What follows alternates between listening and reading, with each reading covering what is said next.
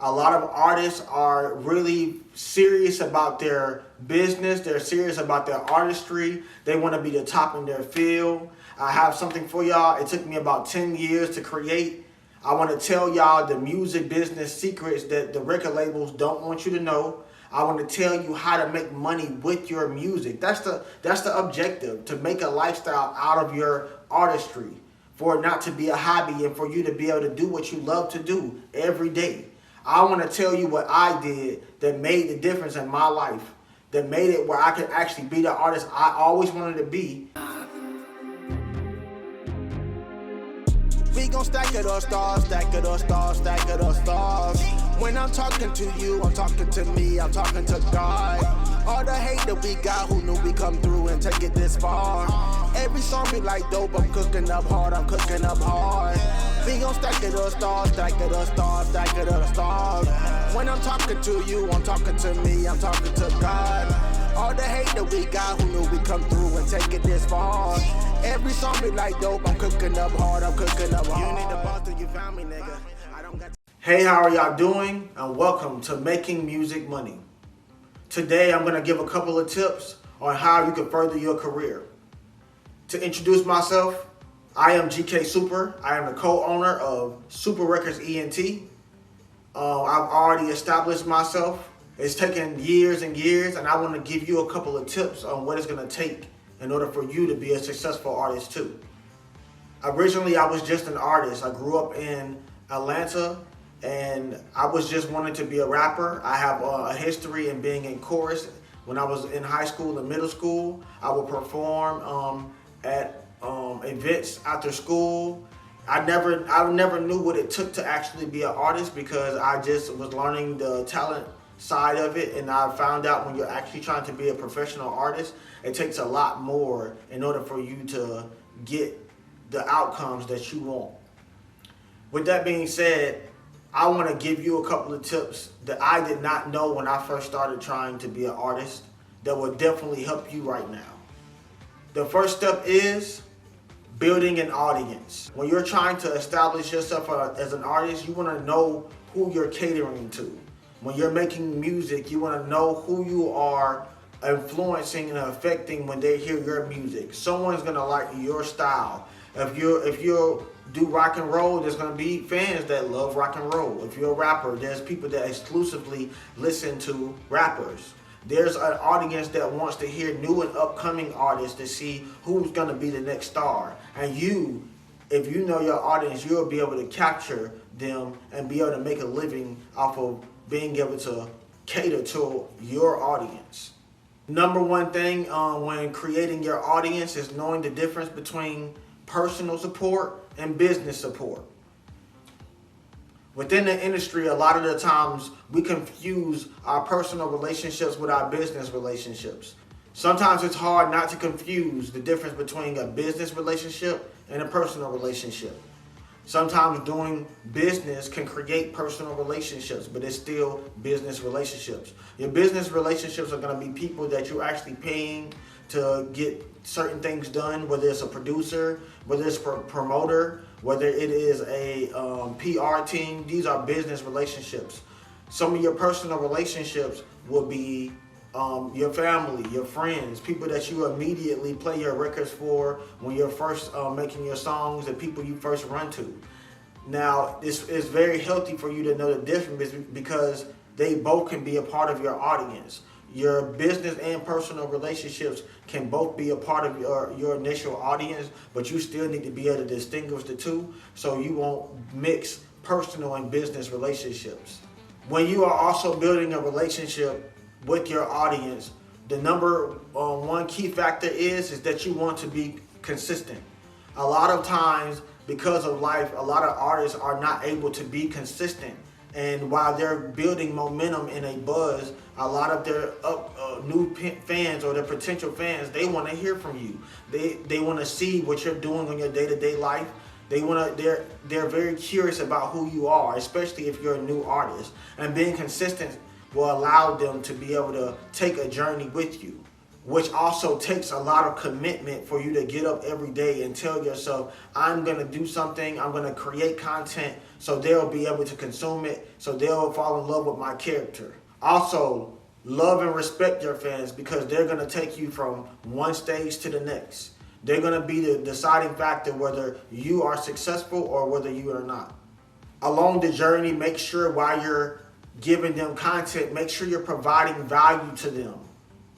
Make sure you're giving them something that's going to make sure they return. When you're making content, don't just be lazy. Even though you're being consistent and you want to give them as much as possible, make sure you're giving them quality material. If you're going to create merch, which is what I would suggest, make sure your merch is good. Get a vendor that is actually going to give you quality material. If you're going to put out a video, don't just grab any old rinky-dink camera and just start recording and think that, oh, they're going to love it just because it's me. Quality matters. And if you're creating quality, then you're creating value. While building an audience, one of the number one things that artists should always think about is telling your story. A lot of people forget this, and they don't realize that people want to take a journey with you. While you are out here living your life, people want to know what you're going through. Everybody is a human. Everybody's going through their day-to-day life, and they want to see what you're going through too. Sometimes that means that you have to be vulnerable, showing people sides of you that you may not necessarily feel like you want to show them, but that actually allows them to feel like they're closer to you. So there will be times where you're going through something in life and you may not want to share all of it, but even sharing a part of it or how you're feeling about the situation can make a big impact on how your audience views you. All right, my second major point is choose your path. One of the major things that you're going to have to worry about as an artist is you knowing the direction that you want to go in. That's going to be a deciding factor whether you want to be a hip-hop artist, whether you want to be a rock and roll artist, and a number of other things. One of the number one things is that you want to know whether you want to be an independent artist or you would like to sign with a label. There are pros and cons to both of these. When you decide to be an independent artist, you have the creativity and the independence to be able to make your own decisions about how your image is projected to the world. Some of the cons are you will be doing a lot of the legwork yourself. A lot of the things that you will have to pay for will be out of pocket. And usually at the beginning stages of being an independent artist, the funding is all coming from you. On the opposite side, being signed with a label means that they're going to handle a lot of the upfront cost of what it takes to push out an artist to the world. But one of the cons is that you don't have full control over your image in the industry. Another key point is knowing whether you want to have impact or ease. When you are an independent artist or you're a part of a label, you're going to decide whether you want what you're doing to look like it's easy, look like it's smooth, or you want to look like you're having a lot of impact when you do something. Two artists that I love right now are Jay-Z and Kanye. And both of them are very impactful and influential in the music entertainment field. When I look at Kanye West, I always think about how he has so much impact when he does an interview. Every time he is presenting himself to the world, it's always controversial. It's always big conversations that can be said that he might have gone too far. That can be impact. On the other hand, when I see Jay-Z, he's very smooth, he's very eloquent.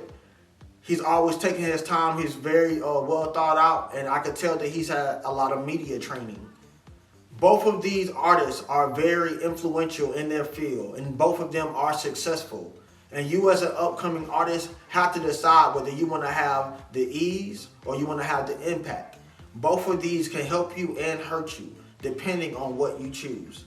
Be very mindful of your image. Secondly, this is going to come down to you knowing who you are as an artist. If you do want to be an independent artist, have you taken the time to sit down and thought about the image that you want to present to the world? Are you thinking about how you want people to perceive you once you're out in the public? There are certain key factors that will determine whether people like you or they don't like you. And while it's said that everyone is not going to like you, you want to try to get the biggest audience that you possibly can. You also, as an artist, want to make sure you're having commitment and ambition.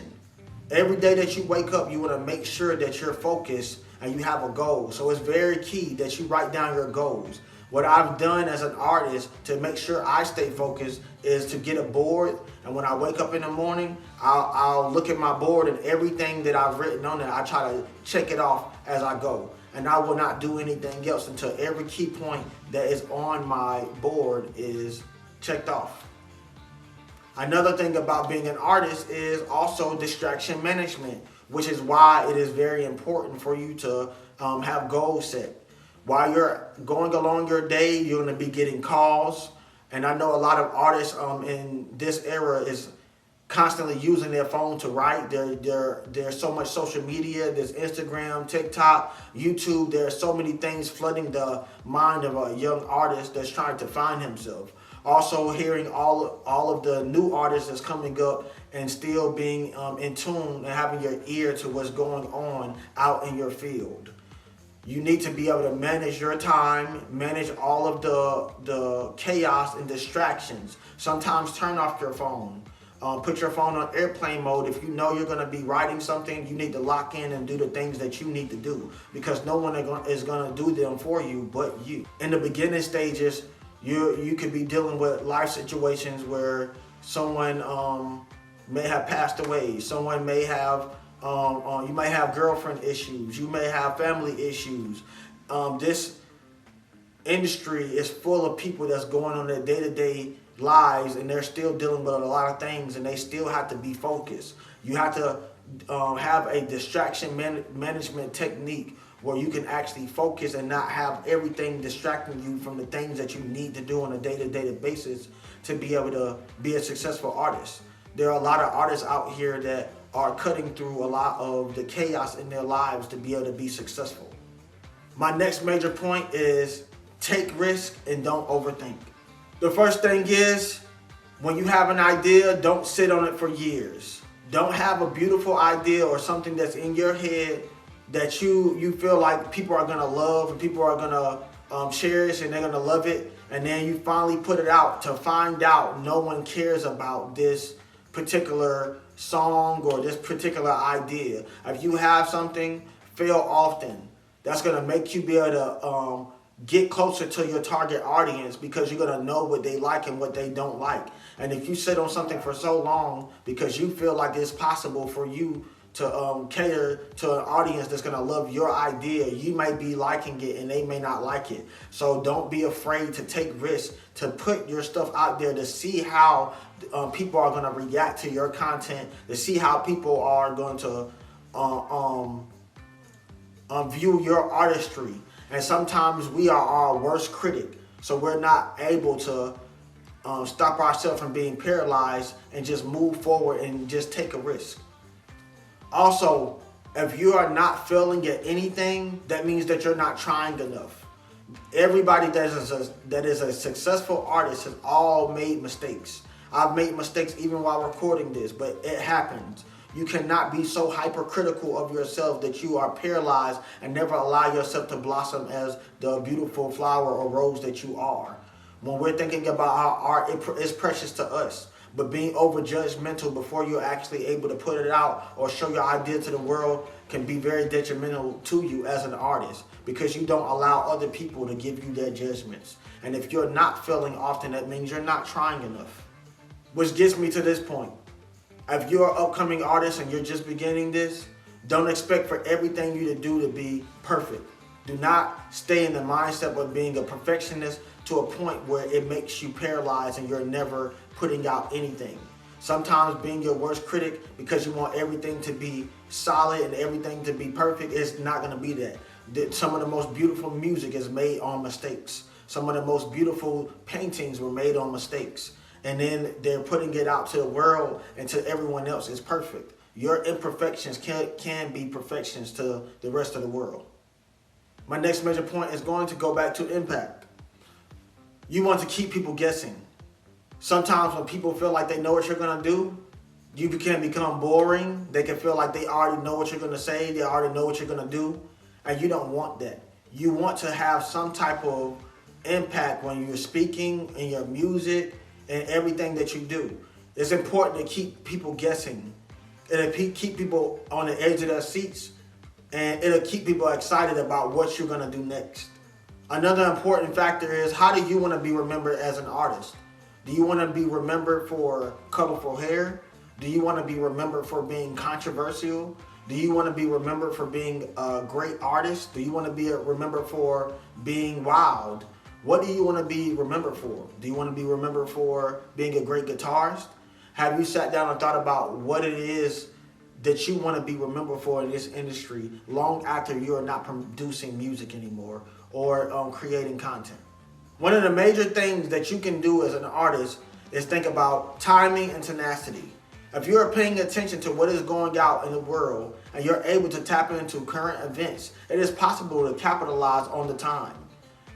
One of the major things that I did was capturing the moment when the Atlanta Braves won the World Series.